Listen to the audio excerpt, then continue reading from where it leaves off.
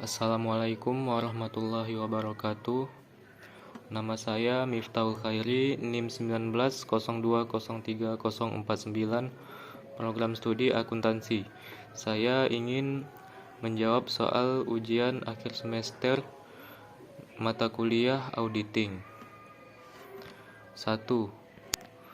Bagaimana peran auditing bagi suatu perusahaan?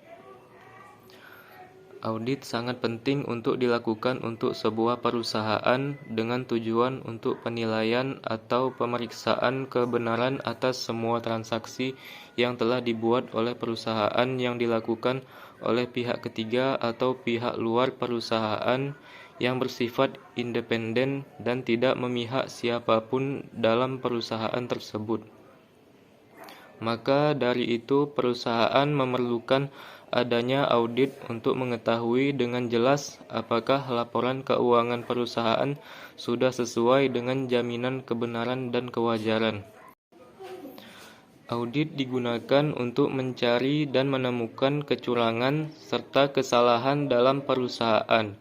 Seiring berkembangnya perusahaan pada saat ini, fungsi audit semakin berkembang dan penting, sehingga menimbulkan kebutuhan dari pemerintah, investor, pemegang saham, banker, dan masyarakat untuk menilai kualitas pekerjaan dari setiap para karyawan dan prestasinya dalam menjalankan perusahaan.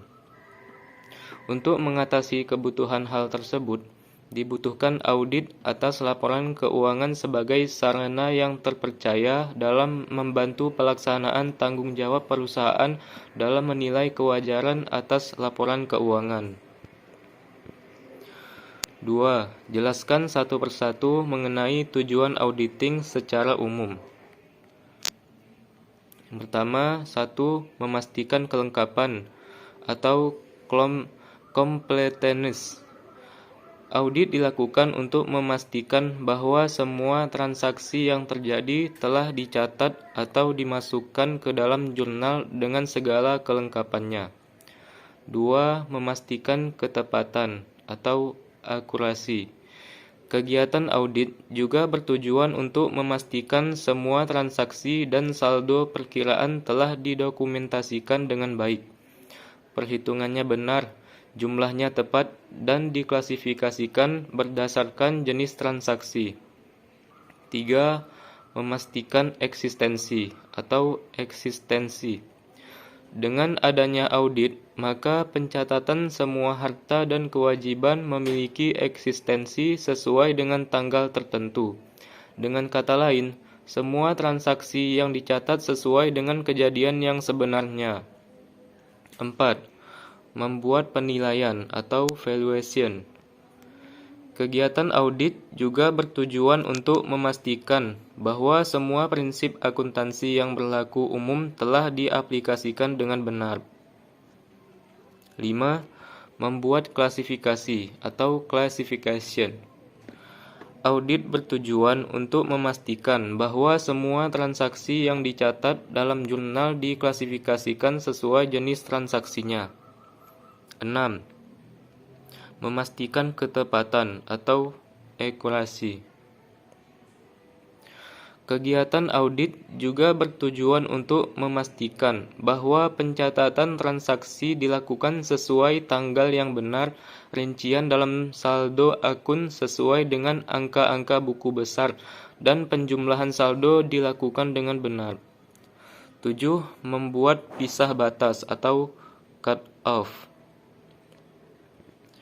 Audit bertujuan untuk memastikan bahwa semua transaksi yang dekat tanggal neraca dicatat dalam periode yang sesuai. Pencatatan transaksi di akhir periode akuntansi sangat mungkin terjadi salah saji. 8. Membuat pengungkapan atau disclosure.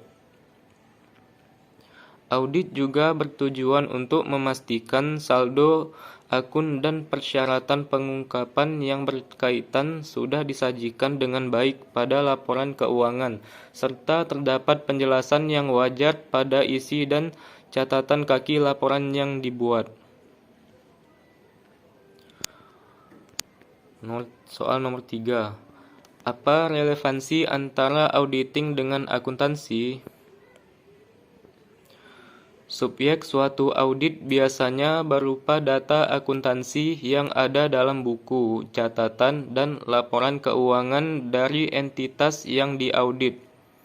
Kebanyakan bukti yang dikumpulkan dan dievaluasi auditor terdiri dari data yang dihasilkan oleh sistem akuntansi.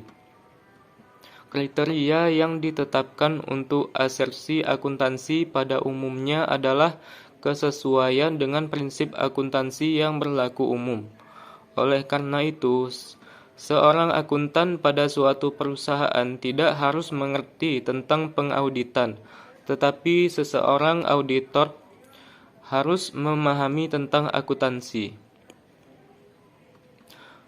Akuntansi menghasilkan laporan keuangan dan informasi penting lainnya, sedangkan pengauditan biasanya tidak menghasilkan data akuntansi, melainkan meningkatkan nilai informasi yang dihasilkan proses akuntansi dengan cara melakukan penilaian secara kritis atas informasi tersebut, dan selanjutnya mengkomunikasikan hasil penilaian kritis tersebut kepada pihak-pihak yang berkepentingan. Akuntansi dan auditing memiliki hubungan yang sangat erat karena proses akhir dari auditing bertujuan untuk menilai tingkat kewajaran penyajian pernyataan manajemen di dalam laporan keuangan. Nomor 4. Jelaskan perbedaan antara audit laporan keuangan, audit operasional, dan audit kepatuhan. Audit laporan keuangan. Dalam audit laporan keuangan, sifat asersi yang diaudit adalah data laporan keuangan yang mencakup neraca, laba rugi, arus kas, dan perubahan ekuitas. Sifat laporan audit yang dihasilkan adalah pendapat atau opini auditor tentang kewajaran laporan keuangan secara keseluruhan. Audit operasional. Dalam audit operasional, sifat asersi yang diaudit mencakup data operasional atau kinerja yang dibuat oleh klien atau manajemen. Adapun kriteria yang ditetapkan adalah tujuan yang dibuat manajemen atau pihak berwenang dalam suatu perusahaan, misal anggaran perusahaan. Sifat laporan audit yang dihasilkan adalah laporan tingkat efisiensi dan efektivitas operasional perusahaan, serta rekomendasi perbaikan atau peningkatan kinerja atas sejumlah varian yang terjadi. Audit kepatuhan.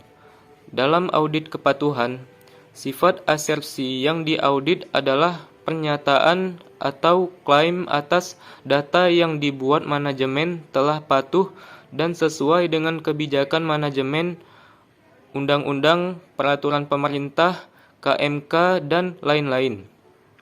Kriteria yang digunakan dalam audit kepatuhan ini adalah kebijakan manajemen, hukum, peraturan, persyaratan dari pihak ketiga, dan lain-lain. Sifat laporan auditor yang dihasilkan dalam audit kepatuhan ini adalah sejumlah ringkasan temuan dan tingkat keyakinan auditor tentang derajat kepatuhan klien atau manajemen dalam menyajikan laporan keuangan. 5. Berikan contoh untuk masing-masing auditor berikut: auditor internal, auditor eksternal, dan auditor pemerintah. Auditor internal contohnya BPK atau Badan Pemeriksaan Keuangan. Auditor eksternal contohnya BPKB atau Badan Pemeriksaan Keuangan Pembangunan. Auditor pemerintah contohnya ialah orang yang bekerja sebagai auditor di pemerintahan. Nomor 6. Apakah yang dimaksud dengan asersi manajemen? Asersi adalah representasi oleh manajemen secara eksplisit atau dengan cara lain yang terkandung dalam laporan keuangan yang dipakai oleh auditor untuk mempertimbangkan berbagai jenis kesalahan penyajian potensial yang mungkin terjadi. Asersi manajemen adalah pernyataan yang tersirat atau tertulis oleh manajemen mengenai kelompok-kelompok transaksi dan akun-akun terkait serta pengungkapan dalam laporan keuangan. Nomor 7. Sebutkan 10 standar auditing yang harus diikuti oleh akuntan publik. 1. Kompetensi atau suatu hal yang mengharuskan keahlian. 2. Independence atau tidak terpengaruh. 3. Do professional care atau tingkat keprofesionalan. 4. Adequate planning dan proper supervision. 5. Pemahaman yang memadai atas struktur pengendalian intern. 6. Bukti audit yang kompeten. 6. Financial statement present in accordance atau sesuai dengan prinsip akuntansi. 8. Consistency in the application atau harus konsistensi. 9. Isi laporan harus dipandang memadai dan mencakup semua hal. 10. Expression of opinion atau pendapat yang sesuai. Nomor 8. Sebutkan dan jelaskan perbedaan dari jenis-jenis pendapat auditor. 1. Opini wajar tanpa pengecualian atau unqualified opinion. Opini wajar tanpa pengecualian diberikan oleh auditor jika auditor tidak menemukan kesalahan yang material secara keseluruhan dari laporan keuangan dan laporan keuangan dibuat sesuai dengan prinsip akuntansi yang berlaku. Opini wajar tanpa pengecualian dapat dimodifikasi menjadi opini wajar tanpa pengecualian dengan paragraf penjelasan ketika auditor harus menambah suatu paragraf penjelasan dalam laporan auditnya. 2. Opini wajar dengan pengecualian atau qualified opinion.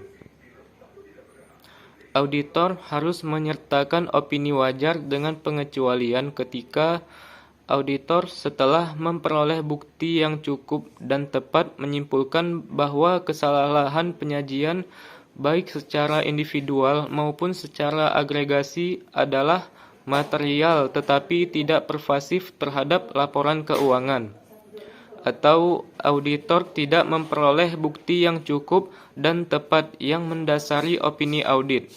Tetapi auditor menyimpulkan bahwa pengaruh kesalahan penyajian yang tidak terdeteksi yang mungkin timbul terhadap laporan keuangan, jika ada, dapat menjadi material tetapi tidak pervasif. 3. Opini wajar tanpa pengecualian dengan paragraf penjelasan atau modified unqualified opinion. Jenis opini yang satu ini diberikan oleh auditor atas dasar keadaan tertentu yang tidak memiliki dampak secara langsung terhadap pendapat wajar. Perbedaan dari jenis opini ini terletak pada paragraf penjelasan yang diberikan oleh auditor terkait dengan keadaan tertentu yang dinyatakan sebelumnya. 4. Opini tidak wajar atau adverse opinion. Audit harus menyatakan opini tidak wajar ketika auditor setelah melakukan pemeriksaan, memperoleh bukti yang cukup dan tepat kemudian menyimpulkan bahwa ada kesalahan penyajian, baik secara individual maupun secara agregasi adalah material dan pervasif terhadap laporan keuangan. Pervasif sendiri diartikan sebagai kesalahan yang akan membawa dampak kemana-mana atau mendalam. 5. Opini tidak menyatakan pendapat atau disclaimer of opinion. Opini ini tidak menyatakan pendapat diberikan auditor ketika auditor tidak memperoleh bukti yang cukup dan tepat untuk mendasari opini audit, dan auditor tidak menyimpulkan bahwa pengaruh kesalahan penyajian material yang tidak terdeteksi yang mungkin timbul terhadap laporan keuangan, jika ada, dapat bersifat material dan pervasif. Nomor 9. Apa yang dimaksud dengan bukti audit dan sebutkan contohnya. Bukti audit atau audit evidence merupakan segala jenis informasi relevan yang nanti akan digunakan oleh akuntan publik atau konsultan hukum atau auditor sebagai dasar dalam mengeluarkan opini auditnya. Bukti ini dalam laporan keuangan umumnya berbentuk nominal, dalam legal audit berbentuk dokumen hukum. Selain itu, bukti bisa juga berupa hasil observasi auditor dan hasil wawancara yang dilakukan kepada pihak terkait. Nomor 10.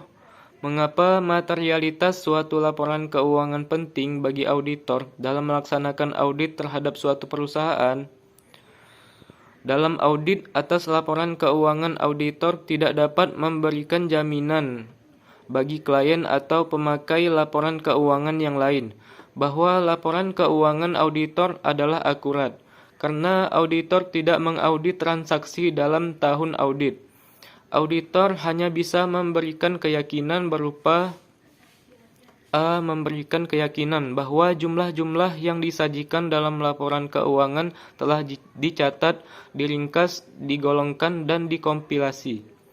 B. Telah mengumpulkan bukti audit kompeten yang cukup sebagai dasar memadai untuk memberikan pendapat atas laporan keuangan auditor. C. Dalam bentuk pendapat bahwa laporan sebagai keseluruhan telah disajikan secara wajar dan tidak dapat salah saji material karena kekeliruan dan ketidakberesan.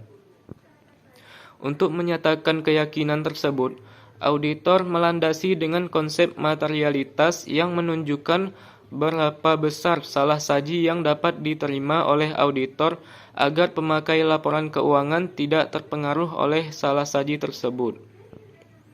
Nomor 11. Jika auditor menduduki jabatan tertentu dalam perusahaan klien, independensi auditor tersebut akan berkurang atau hilang. Setujukah Anda dengan pernyataan tersebut? Jelaskan jawaban Anda. Setuju. Jika auditor menduduki jabatan tertentu dalam perusahaan klien, independensi auditor tersebut akan berkurang atau hilang. Itu dikarenakan di dalam sebuah perusahaan yang ia tempati pasti memiliki kekurangan yang sudah diketahui terlebih dahulu, sehingga untuk keberlangsungan perusahaan tersebut dalam kegiatan operasional, seorang auditor akan memihak perusahaan di mana tempat bekerjanya. Menduduki jabatan yang sangat penting dalam perusahaan membuat auditor harus tetap berada dalam posisi tersebut, sehingga ketika dilakukan audit, independensinya akan terpengaruh. Independensi merupakan suatu sikap mental yang harus dimiliki auditor untuk tidak memihak dalam melakukan audit. Masyarakat pengguna jasa audit memandang bahwa auditor akan independen terhadap laporan keuangan yang diperiksa dan pembuat dan pemakai laporan keuangan. Jika posisi auditor terhadap kedua hal tersebut tidak independen, maka hasil kerja auditor menjadi tidak berarti sama sekali. Nomor 12.